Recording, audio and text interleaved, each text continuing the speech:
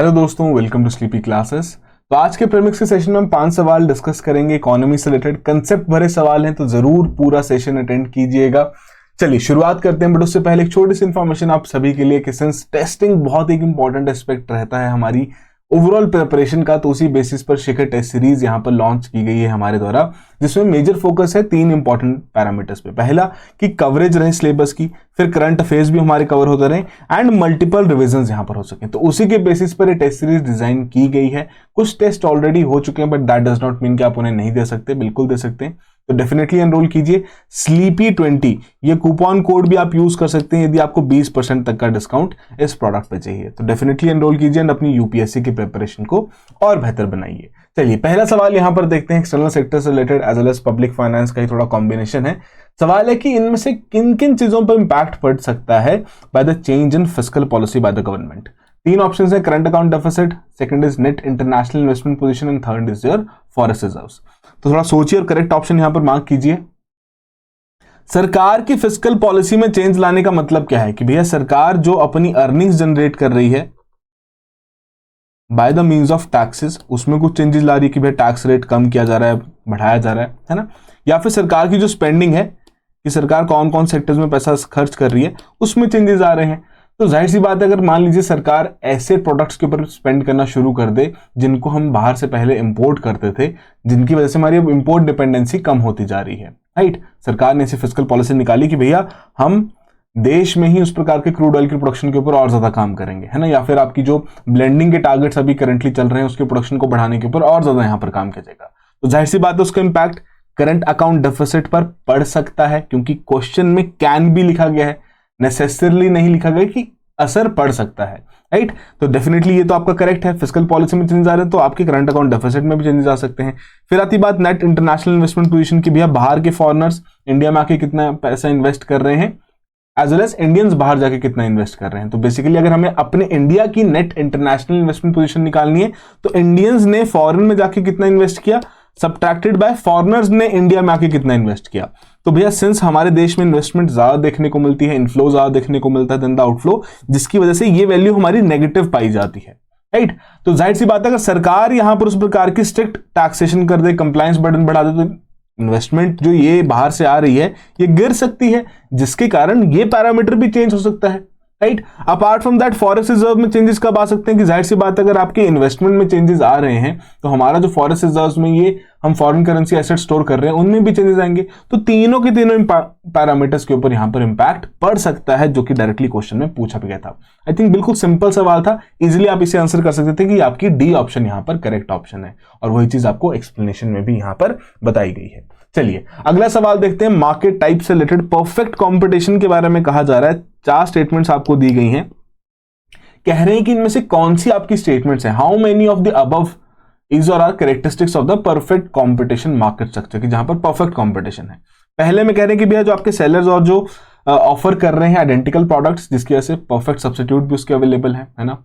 Apart from that firms easily enter भी कर सकती हैं मार्केट में, एग्जिट भी कर सकती हैं बिना किसी रिस्ट्रिक्शन के। थर्ड में कह रहे हैं कंपनीज का इन्फ्लुएंस रहता है कि किस प्रकार के प्रोडक्ट्स की प्राइसिंग वहां पर होनी चाहिए। एंड फोर्थ में कहा जा रहा है कि न्यूमरस पार्टिसिपेंट्स हैं on both buying as well as selling sides of the market. तो थोड़ा सोचिए इसके बारे में और बताइए कि कितने स्टेटमेंट्स यहां पर कैरेक्टरिस्टिक्स बन सकती हैं परफेक्ट कंपटीशन मार्केट स्ट्रक्चर के। डेफिनेटली हम डिफरेंट मार्केट स्ट्रक्चर डिस्कस करते हैं, अगर आपने नहीं पढ़ा है तो एक फ्यू मिनट सीरीज हमने कवर किया था, उसका लिंक आपको यहां पर मिल जाएगा, राइट। जरूर जाके देखिएगा कि कौन कौन से डिफरेंट है। परफेक्ट कंपटीशन मतलब कि यहां पर आपके पास नंबर ऑफ बायर्स भी बहुत ज्यादा है, नंबर ऑफ सेलर्स भी बहुत ज्यादा है, जिसकी वजह से आपस में पूरा कंपटीशन देखने को मिल रहा है। तो कहीं ना कहीं अगर नंबर ऑफ बायर्स और सेलर्स या नंबर ऑफ सेलर्स बहुत ज्यादा रहेंगे, उनके प्रोडक्ट्स पे आइडेंटिकल देखने को मिलेंगे, राइट, इजीली एक दूसरे को सब्स्टिट्यूट कर सकते हैं, तो सप्लाई चेन में भी कोई इशू नहीं आएगा। तो पहली स्टेटमेंट तो बिल्कुल सही है। सेकंड में कह रहे हैं कि फर्म्स इजीली एंटर भी कर सकती हैं, एग्जिट भी कर सकती हैं, ये भी बात बिल्कुल सही कही गई है। बट कंपनीज का इन्फ्लुएंस नहीं रहता प्राइसिंग पे। प्राइसिंग जो रहेगी वो आपकी कंप्लीट डिमांड सप्लाई के बेसिस पर ही रहेगी in the perfect competition market structure, right. तो थर्ड स्टेटमेंट हमारी यहां पर इंक्लूड नहीं की जाएगी। तो आपके लिए होमवर्क क्या कि बताइए ये जो ऐसी कौन सा मार्केट स्ट्रक्चर है जिसमें कंपनीज का इन्फ्लुएंस रहता है कि भैया वो थोड़ा बहुत इन्फ्लुएंस दिखा सकते हैं अपने प्रोडक्ट्स की प्राइसिंग में, राइट। थोड़ा सोच समझ के बताइएगा, और अगर एग्जाम्पल आपने बता दी तब तो बहुत ही अच्छी बात होगी, राइट। चलिए, अपार्ट फ्रॉम दैट फोर्थ में अगर हम देखें कि न्यूमरस पार्टिसिपेंट्स हैं, दोनों साइड से पार्टिसिपेट करने वाले हैं, बाइंग वाले भी हैं, सेलिंग वाले भी हैं, तो again one of the very important characteristic of a perfect competition, जिसकी वजह से सी ऑप्शन हमारी यहां पर करेक्ट ऑप्शन है, बिकॉज ओनली 3 स्टेटमेंट्स यहां पर करेक्टली कैरेक्टरिस्टिक्स बन जाती हैं ऑफ द परफेक्ट कॉम्पिटिशन। चलिए, अगला सवाल यहां पर देखते हैं, डेटा एक्सक्लूसिविटी। अब ये भी कहीं ना कहीं आपने सुना होगा, इंडस्ट्री से रिलेटेड ही टर्म यहां पर देखने को मिलती है। तो इंडिया एफ्टा की ना ट्रेड डील हुई थी, तो उस समय पे डेटा एक्सक्लूसिविटी की जो टर्म थी ये न्यूज में देखने को मिल रही थी। तो उससे रिलेटेड 2 स्टेटमेंट्स यहां पर दी गई और दोनों स्टेटमेंट्स के बीच में किस प्रकार का रिलेशन है वो आपको यहां पर बताना है।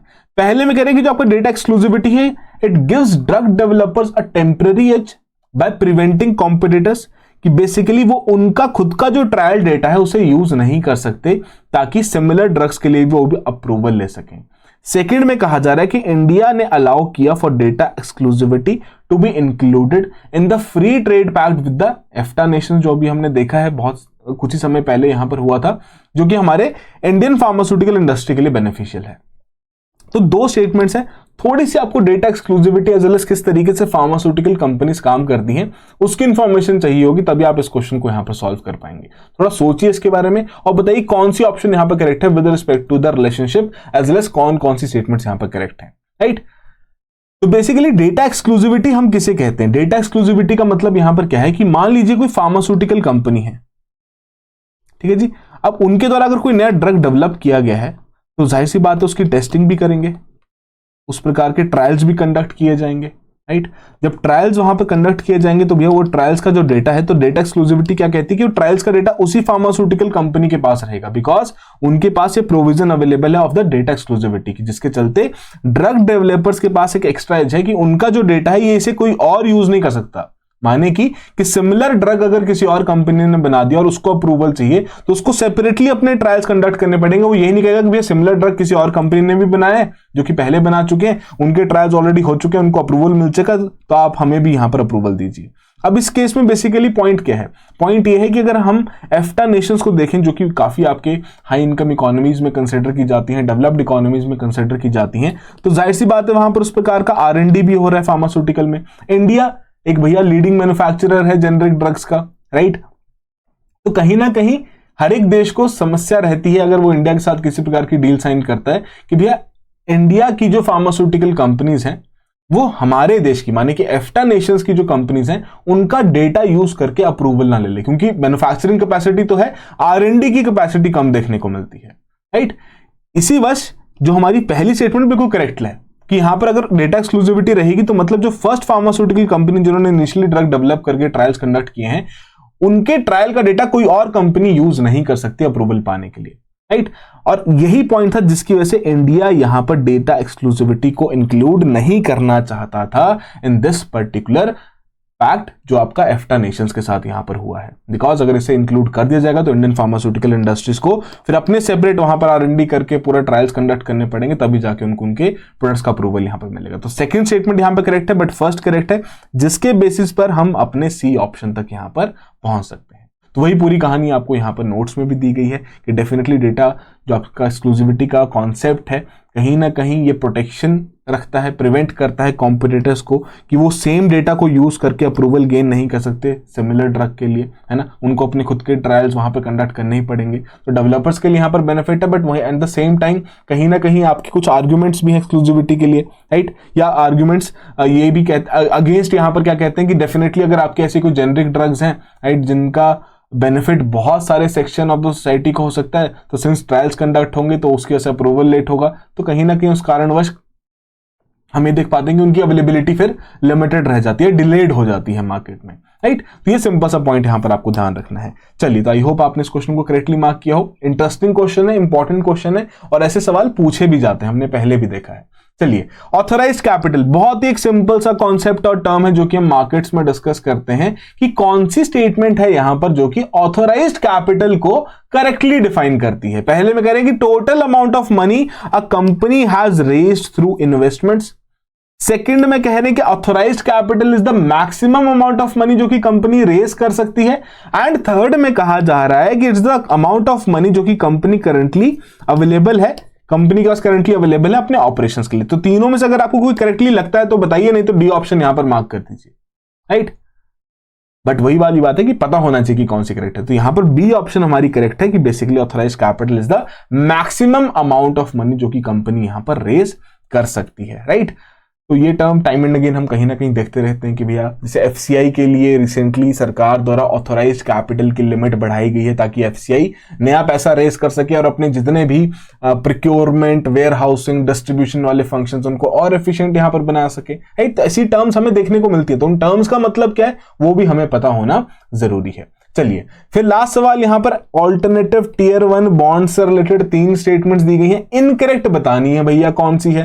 पहले में कह रहे हैं कि परपेचुअल डेट इंस्ट्रूमेंट है। सेकंड में कहा जा रहा है कि भैया अगर बैंक फेलियर हो जाए तो उस केस में बैंक्स अपने जितने भी 81 बॉन्ड्स हैं उनको राइट डाउन कर सकता है। थर्ड में कह रहे हैं ये जो बॉन्ड्स इंट्रोड्यूस किए गए थे by the Basel accord after the global financial crisis ताकि डिपॉजिटर्स को प्रोटेक्ट किया जा सके। तो 3 स्टेटमेंट्स यहां पर दी गई, थोड़ा सोचिए इसके बारे में और करेक्ट ऑप्शन यहां पर मार्क कीजिए कि कौन सी स्टेटमेंट है जो कि यहां पर इनकरेक्ट है। अगर कोई भी इनकरेक्ट आपको नहीं लगती तो भैया डी ऑप्शन आपकी यहां पर बन सकती है।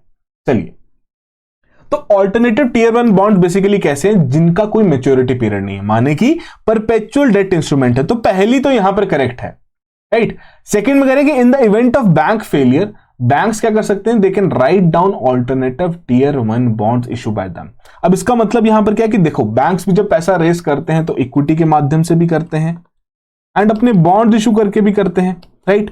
बट अगर साइड सी बात है, अगर बैंक्स इस प्रकार का कैपिटल रेस करते हैं जो कि उनके कैपिटल में इंक्लूड किया जा रहा है, जिसकी वजह से उनके ऑपरेशंस यहां पर फ्रीक्वेंटली कंडक्ट किए जा रहे हैं, स्मूथली कंडक्ट किए जा रहे हैं, अगर कोई लॉसेस भी हो रहे हैं तो उनको बियर भी कर पा रहे हैं। तो ऑल्टरनेटिव टियर 1 बॉन्ड्स बेसिकली क्या कहते हैं कि भैया ये पर्टिकुलर बॉन्ड्स के पास एक प्रोविजन है, राइट, कि यदि बैंक को लगे कि भैया उनके ऊपर नुकसान आ रहा है, अब उनका कैपिटल जस्टिफाई नहीं हो पा रहा है या इन बॉन्ड्स की वो भरपाई नहीं कर पा रहे, उनकी इंटरेस्ट पेमेंट नहीं कर पा रहे, उनके ऑपरेशंस में दिक्कत आ रही है, उनकी प्रॉफिटेबिलिटी में दिक्कत आ रही है, तो इन ऑल्टरनेटिव टियर 1 बॉन्ड्स को खारिज भी किया जा सकता है कि अब इसकी कोई भी पेमेंट नहीं होगी। सिंस परपेचुअल नेचर का है तो मैच्योर तो कभी भी नहीं होंगे, इसी कारणवश ये आपका हाई कूपन रेट भी ऑफर करते हैं, राइट।